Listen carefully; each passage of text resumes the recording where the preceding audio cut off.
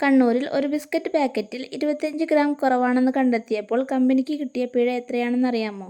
50,000 രൂപ.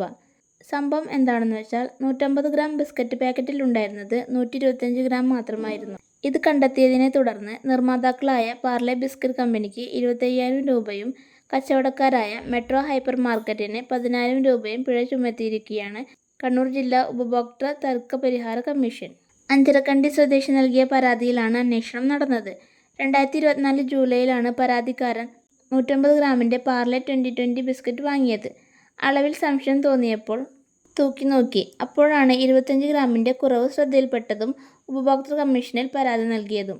പരാതിക്കാരൻ ഹാജരാക്കിയ പാക്കറ്റ് തങ്ങളുടേതല്ലെന്ന് പാർലെയുടെ വാദം കമ്മീഷൻ തള്ളി.